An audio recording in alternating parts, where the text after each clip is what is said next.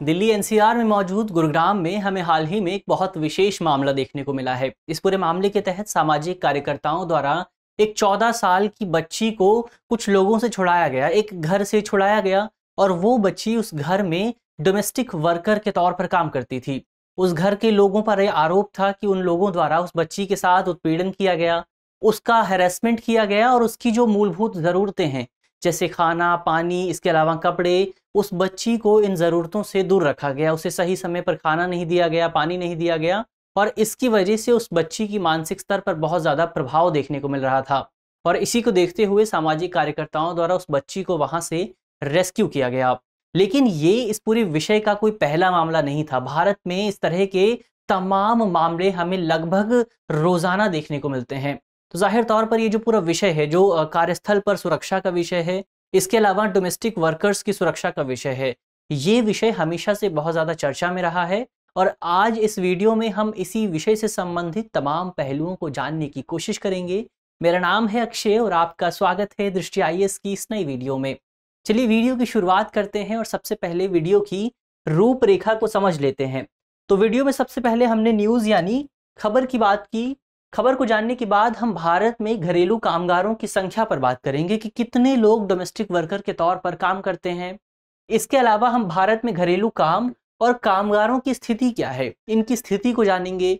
इसके अलावा मानव तस्करी और जबरन श्रम से हम इस पूरे विषय को कैसे जोड़कर देख सकते हैं और साथ ही भारत में घरेलू कामगारों को नियंत्रित करने के लिए किस तरह के नियम और कानून बनाए गए हैं, उन कानूनों पर भी बात करेंगे। इसके अलावा हम इस पूरे विषय से जुड़े एक प्रश्न को भी समझने की कोशिश करेंगे। ये जो पूरा विषय है वो मुख्य तौर पर सामान्य अध्ययन प्रश्न पत्र 2 से जुड़ा हुआ है और आप इसे सामाजिक न्याय और इसके अलावा महिलाओं से संबंधित मुद्दों, इस तरह के खंडों से जोड़कर देख सकते हैं। तो चलिए वीडियो की शुरुआत करते हैं और सबसे पहले भारत में घरेलू कामगारों की संख्या को समझने की कोशिश करते हैं। तो भारत के मुख्य तौर पर शहरी क्षेत्र में ये जो घरेलू कामगारों का क्षेत्र है, ये जो पूरा सेक्टर है, इस सेक्टर में लगातार हमें तेजी से वृद्धि देखने को मिल रही है। ये जो पूरा सेक्टर है, ये पिछले कुछ समय से, जब से भारत में कुछ हद तक विकास होना शुरू हुआ है, जब से शहरों का विकास शुरू हुआ है, तभी से इस पूरे सेक्टर में हमें बहुत ज़्यादा विकास देखने को मिला है। और सबसे विशेष बात ये रही है कि इस पूरे सेक्टर में अधिकांशतः महिलाएं और छोटी लड़कियां ही देखने को मिलती हैं। अब कोई विशेष आंकड़ा तो हमारे पास मौजूद नहीं है, लेकिन सरकार के ऑफिशियल डेटा की माने साल 2012 में इस पूरे क्षेत्र से तकरीबन 39 लाख लोग जुड़े हुए थे, जिसमें से मुख्य तौर पर 26 लाख तो अकेले महिलाएं ही थीं। लेकिन यहाँ पर भी सबसे विशेष बात यह है कि हमें इस डेटा पर भी बहुत ज़्यादा विश्वास नहीं करना चाहिए। क्यों? क्योंकि ये जो घरेलू कामगारों का क्षेत्र है, इसकी जो प्रकृति है, इसका जो नेचर है, वो पूरी तरह से अनऑर्गेनाइज्ड है, पूरी तरह से अनौपचारिक है। और अभी तक भारत में अनौपचारिक क्षेत्र से जुड़े डेटा को एकत्र करने के लिए कोई भी सेंट्रलाइज्ड मेथड हमारे पास मौजूद नहीं है। और इसी वजह से कई बार कई विशेषज्ञों द्वारा सरकार के इस पुराने डेटा पर भी सवाल उठाए जाते हैं। हालिया डेटा की बात करें तो ILO यानी इंटरनेशनल लेबर ऑर्गेनाइजेशन के हालिया डेटा की माने तो वर्तमान समय में भारत में घरेलू कामगारों की जो संख्या है वो तकरीबन 20 से 90 मिलियन के आसपास है।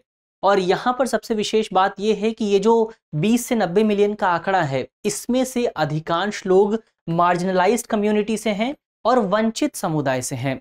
आंकड़ों की माने तो साल 2016 में जितने भी लोग घरेलू कामगारों से जुड़े हुए थे, घरेलू डोमेस्टिक वर्कर क्षेत्र से जुड़े हुए थे, उसमें से तकरीबन जो 75% लोग थे वो शेड्यूल कास्ट से आते थे। इसके अलावा जो 15% लोग थे वो अदर बैकवर्ड क्लासेस से आते थे और जो 8% लोग थे वो शेड्यूल्ड ट्राइब से आते थे, अनुसूचित जनजाति से आते थे। और यहाँ पर ये जो तमाम लोग हैं, जो तमाम मार्जिनलाइज कम्युनिटी के लोग हैं, इनकी सबसे विशेष बात ये है कि ये एक तो सबसे ज़्यादा गरीब होते हैं, इसके अलावा इनके पास स्किल की कमी देखने को मिलती है, बहुत ज़्यादा अकुशल होते हैं और अशिक्षित भी होते हैं। और इन्हीं तमाम चीज़ों के कारण, इन्हीं तमाम विशेषताओं के कारण ये लोग जो हरासमेंट है, जो उत्पीड़न है, उसके प्रति बहुत ज़्यादा वल्नरेबल हो जाते हैं।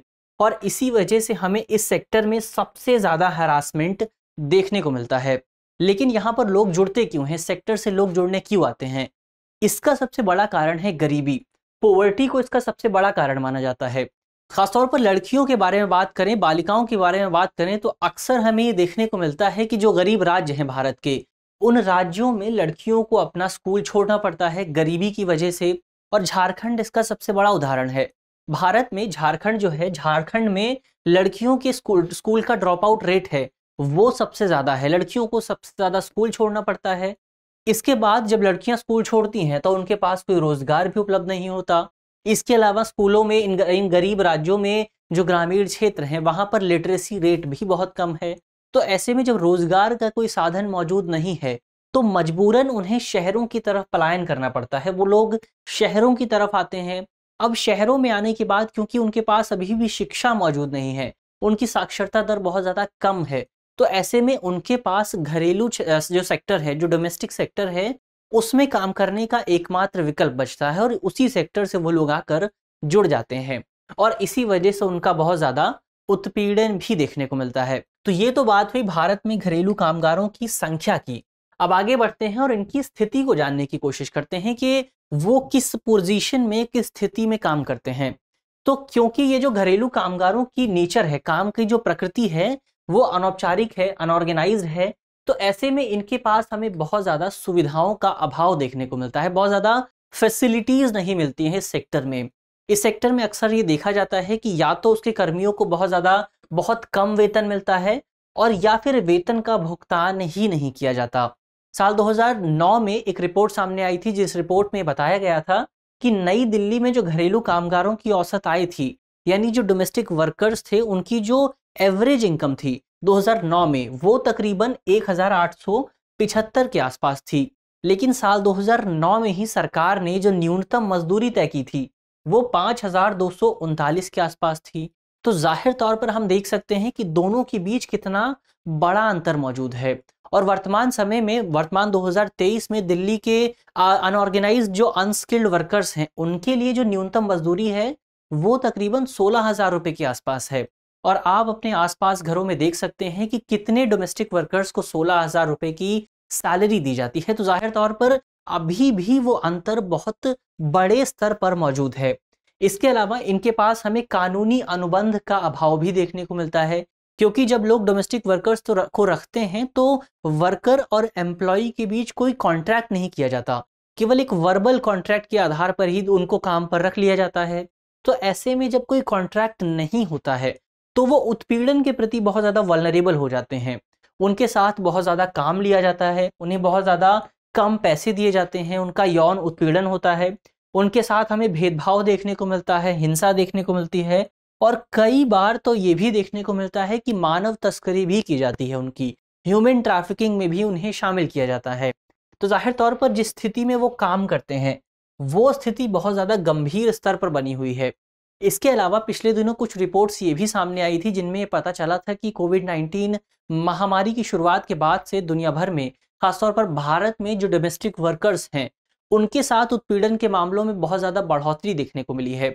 रिपोर्ट की माने तो साल 2020 में कोच्चि, दिल्ली और मुंबई जो जैसे बड़े शहर हैं, इन शहरों में तकरीबन 57% घरेलू कामगारों ने कार्यस्थल पर किसी न किसी रूप में, प्रत्यक्ष या फिर अप्रत्यक्ष रूप में, उत्पीड़न की शिकायत की थी, भेदभाव की शिकायत की थी। साल 2016 में एंटी स्लेवरी इंटरनेशनल नाम के एक ऑर्गेनाइजेशन ने डोमेस्टिक वर्कर्स को लेकर एक रिपोर्ट जारी की थी।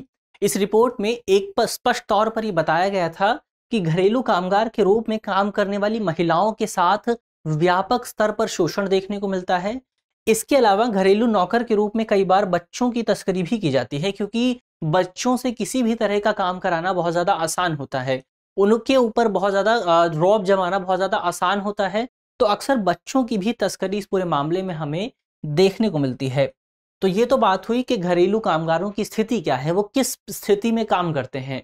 अब बात करते हैं कि हम इस घरेलू कामगारों की समस्या को मानव तस्करी और जबरन श्रम से किस तरह से जोड़कर देख सकते हैं।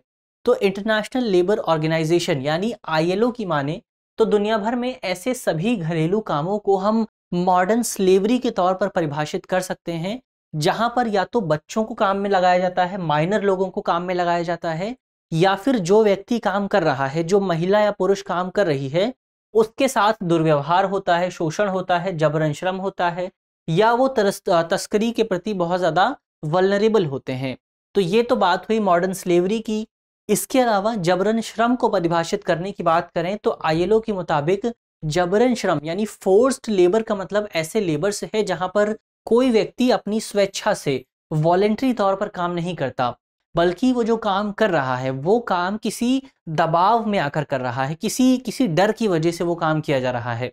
तो ऐसे में जाहिर तौर पर हम देख सकते हैं कि आईएलओ की दोनों डेफिनेशंस में हमें कुछ ना कुछ समानता जरूर देखने को मिलती है। तो यहाँ पर हम घरेलू काम को जबरन श्रम फोर्स्ड लेबर से जोड़कर देख सकते हैं।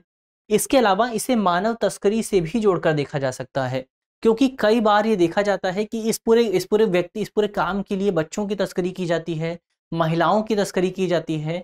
तो इसे हम मानव तस्करी यानी ह्यूमन ट्रैफिकिंग से जोड़कर भी देख सकते हैं। तो ये तो बात हुई ह्यूमन ट्रैफिकिंग की और फोर्स्ड लेबर की। अब आगे बढ़ते हैं और भारत में इस पूरे विषय से जुड़े नियम और कानूनों की बात करते हैं। तो भारत में घरेलू क्षेत्र को, घरेलू कामगारों को नियंत्रित करने के लिए कोई भी एक विशेष समर्पित कानून मौजूद नहीं है। इसका एक कारण ये भी है कि जो घरेलू वर्कर्स हैं, जो डोमेस्टिक वर्कर्स हैं, वो भारत के सामान्य कानूनी ढांचे में शामिल नहीं होते हैं। जो भारत के सामान्य श्रम कानून हैं, वो लोग उन श्रम कानूनों में नहीं आते। क्यों नहीं आते? क्योंकि इन श्रम कानूनों में कर्मचारी, नियोक्ता और एस्टैब्लिशमेंट यानी प्रतिष्ठान या फिर कंपनी की जो परिभाषा है वो बहुत ज़्यादा लिमिटेड है, और इसी लिमिटेड परिभाषा की वजह से घरेलू कामगारों को इन परिभाषाओं में शामिल नहीं किया जाता। ये कैसे होता है? तो ये ऐसे होता है कि इन कानूनों में जो एस्टैब्लिशमेंट की परिभाषा है, जो कंपनी की परिभाषा है, उस परिभाषा में हम घरों को शामिल नहीं कर सकते। लेकिन जो डोमेस्टिक वर्कर्स हैं वो तो घरों में काम करते हैं, और इसी कॉन्ट्रडिक्शन की वजह से ये जो श्रम कानून है, ये श्रम कानून डोमेस्टिक वर्कर्स पर लागू नहीं होते। इसके अलावा डोमेस्टिक वर्कर्स का जो काम होता है, जैसे खाना बनाना, सफाई करना या फिर देखभाल करना, इस तरह के तमाम कामों को इन कानूनों में अनप्रोडक्टिव काम के तौर पर शामिल किया गया है, और अनप्रोडक्टिव होने की वजह से ये तमाम काम औपचारिक श्रम की श्रेणी में शामिल नहीं होते हैं, और इसी वजह से इन लोगों को सामाजिक सुरक्षा की तमाम सुविधाएं उपलब्ध नहीं कराई जाती हैं। सामाजिक सुरक्षा के दायरे से ये लोग बाहर रहते हैं। इसके अलावा सरकार द्वारा साल 2020 में सामाजिक सुरक्षा संहिता को लागू करने की बात की जा रही थी। ये जो संहिता थी, इस संहिता में अनऑर्गेनाइज्ड सेक्टर के जो लोग हैं उनकी सामाजिक सुरक्षा सुनिश्चित करने की भी बात की गई थी, और इस अनऑर्गेनाइज्ड सेक्टर में घरेलू कर्मियों को शामिल करने की भी बात थी। हालांकि सरकार द्वारा अभी तक इस पूरे कानून को लागू नहीं किया गया है। अभी तक ये जो कोड है ये पूरी तरह से लागू नहीं हो पाया है। इसके अलावा भारत के अलग अलग राज्यों ने मजदूरी और काम की प्रकृति को लेकर अलग अलग तरह के कानून बनाए हैं। क्यों? क्योंकि भारत में रोजगार और इस तरह के जो तमाम विषय हैं वो कॉन्करेंट लिस्ट यानी समवर्ती सूची में शामिल किए गए हैं। इसका मतलब ये है कि भारत में राज्यों और केंद्र सरकार दोनों को इस पूरे विषय पर कानून बनाने का अधिकार प्राप्त है। तो राज्यों ने भी कानून बनाए हैं और सरकार ने भी, केंद्र सरकार ने भी इस पूरे विषय पर कानून बनाए हैं। केंद्र सरकार ने एक नियम ये बनाया है कि भारत में जो घरेलू काम है उस काम को न्यूनतम मजदूरी अधिनियम 1948 के तहत अनुसूचित रोजगार की श्रेणी में शामिल किया गया है। यानी सरकार ये राज्यों की जिम्मेदारी है कि वो इस काम के लिए, घरेलू काम के लिए न्यूनतम मजदूरी निर्धारित करें। लेकिन भारत के केवल 10 राज्य ऐसे हैं जिन्होंने सरकार के इस कदम को मान्यता दी है, जिन्होंने घरेलू काम को अनुसूचित काम माना है, अनुसूचित रोजगार माना है और इसके लिए न्यूनतम मजदूरी तय करते हैं। तो केवल 10 ही राज्य ऐसे हैं। तो इन्हीं 10 राज्यों में यहाँ के जो डोमेस्टिक वर्कर्स हैं उन्हें सुरक्षा प्राप्त है। बाकी जो तमाम राज्य बचे वहाँ के वर्कर्स को कोई सुरक्षा प्राप्त नहीं है। इसके अलावा साल 2013 में सरकार द्वारा कार्यस्थल पर महिलाओं के यौन उत्पीड़न रोकथाम, निषेध और निवारण अधिनियम को लागू किया गया था। ये जो अधिनियम है, ये अधिनियम घरेलू कामगारों को श्रमिक की मान्यता देता है, वर्कर की मान्यता देता है, और इस पूरे अधिनियम में घर को एक निर्दिष्ट कार्यस्थल माना गया है, एक वर्क प्लेस माना गया है। तो ऐसे में यहाँ पर जो महिलाएं मौजूद हैं उनके साथ यदि किसी तरह का भेदभाव होता है, उनका यौन उत्पीड़न होता है, तो इसके लिए इस कानून के तहत कार्यवाही की जा सकती है। इसके अलावा सरकार द्वारा साल 2006 में घरेलू काम को खतरनाक बाल श्रम की कैटेगरी में शामिल किया गया था। इसका मतलब ये है कि भारत के जो तमाम नागरिक हैं उन्हें बच्चों को डोमेस्टिक वर्कर के तौर पर शामिल करने की अनुमति नहीं है। तो ये तो कानूनों की बात हुई। अब अंत में इस पूरे विषय से जुड़े एक सवाल की भी बात कर लेते हैं। आज का हमारा सवाल जो है वो मेंस का है और आप 250 शब्दों में सवाल के जवाब को लिख सकते हैं। हमारा सवाल है कि घरेलू काम की अनौपचारिक प्रकृति के कारण इस क्षेत्र में हमें व्यापक स्तर पर हिंसा देखने को मिलती है, हिंसा और भेदभाव देखने को मिलता है। तो ऐसे में इस क्षेत्र को विनियमित करने हेतु यानी गवर्न करने हेतु सरकार में, भारत सरकार ने जो कानून मौजूद हैं, जो भारत में कानूनी ढांचा मौजूद है, उस कानूनी ढांचे पर सबसे पहले तो हमें चर्चा करनी है और इस संबंध में, इस पूरे क्षेत्र में सुधार करने के लिए हम किस तरह के उपाय अपना सकते हैं, उन उपायों पर भी विस्तार से बात करनी है। इसके अलावा कमेंट बॉक्स में ये भी बता सकते हैं कि ILO की फुल फॉर्म क्या है और ये क्या काम करता है। मुझे उम्मीद है कि इस वीडियो में जिन बिंदुओं पर चर्चा की गई है वो आपको समझ में आएंगे और यदि आपके प्रश्न पत्र में इससे जुड़ा कोई भी सवाल आता है तो आप उसे आसानी से हल कर सकेंगे। इसके अलावा यदि आप इस वीडियो की PDF चाहते हैं तो PDF आपको हमारे टेलीग्राम चैनल पर मिल जाएगी और टेलीग्राम चैनल का लिंक आपको हमारे डिस्क्रिप्शन में मिल जाएगा। तो उस चैनल में शामिल होना बिल्कुल ना भूलें। मिलते हैं आपसे अगली वीडियो में, तब तक के लिए धन्यवाद।